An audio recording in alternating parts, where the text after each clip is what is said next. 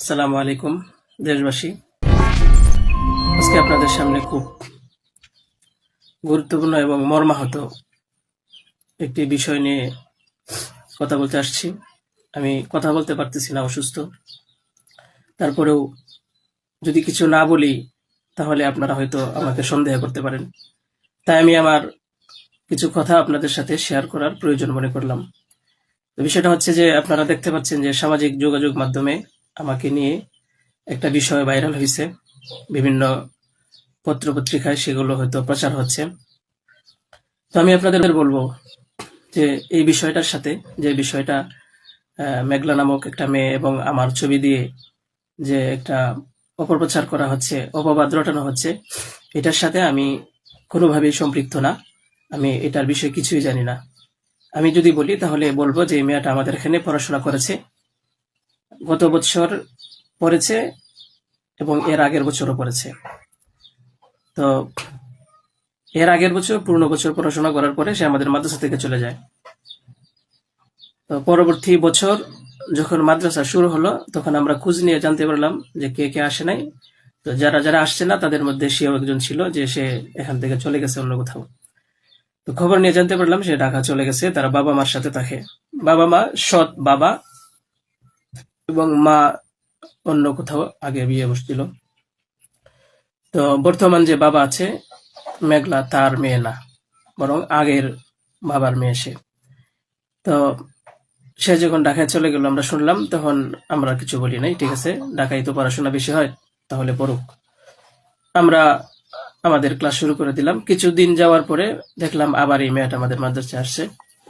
তো আসার পরে জিজ্ঞাসা করা হলো যে কেন, কি অবস্থা, কোথা থেকে আসছো? সে বললো যে ঢাকায় চলে গেছিলাম, এখন নানা ভাই জোর করে নিয়ে আসছে আমারে। আমি আসতে চাইছিলাম না, আমাকে জোর করে নিয়ে আসছে নানা ভাই। দেশবাসী, আমি আপনাদের সাথে শুধু এই কথাটাই বলতে চাই যে যে মেয়েটা এখানে আসতে চাইছিল না, চাচ্ছিল না, তাকে কেন জোর করে আনা হলো? তাকে জোর করে আনার পিছনে কি কারণ ছিল বা তার কি স্বার্থ ছিল?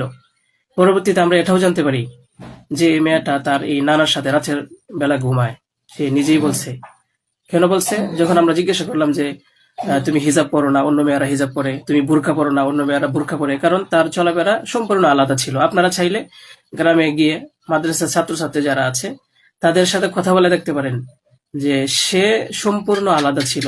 তার কোনো কিছুই আমাদের কমনের ভিতরে ছিল না, আমরা তাকে কন্ট্রোল করতে পারতেছিলাম না। তো সে এইভাবে কিছুদিন থাকার পরে আমরা ভাবলাম যে হয়তো তাকে আমরা রাখতে পারবো না, কারণ আমরা তাকে কন্ট্রোল করতে পারছি না। হয়তো মেয়েটা অন্য কোথাও গিয়ে যদি কন্ট্রোলে থাকতে পারে, পড়াশোনা করে, তাহলে এটা তার জন্য ভালো। তাই আমরা তার গার্জেনের কাছে বললাম, তার মাকে আমরা বুঝাইয়া বললাম।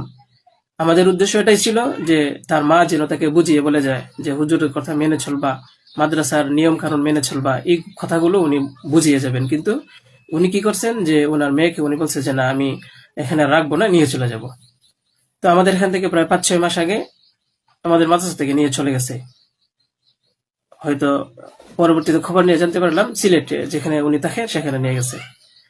তো নিয়ে যাওয়ার পরে আহ, এখন কিছুদিন আগে আবার আসছে, এসে বলতেছে যে এই দুর্ঘটনা, যে খুব বড় সমস্যা। যে কথাটা শোনার পরে আমার মতো একজন সাধারণ মানুষ, আমি আর সহ্য করতে পারছি না, আমি আর নিজেকে ঠিক রাখতে পারি নাই।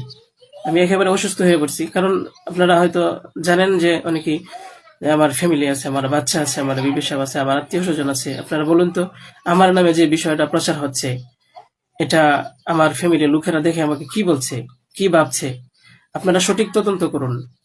আমি কখনোই দেশের আইনের প্রতি অবাধ্য না, আমি শ্রদ্ধাশীল।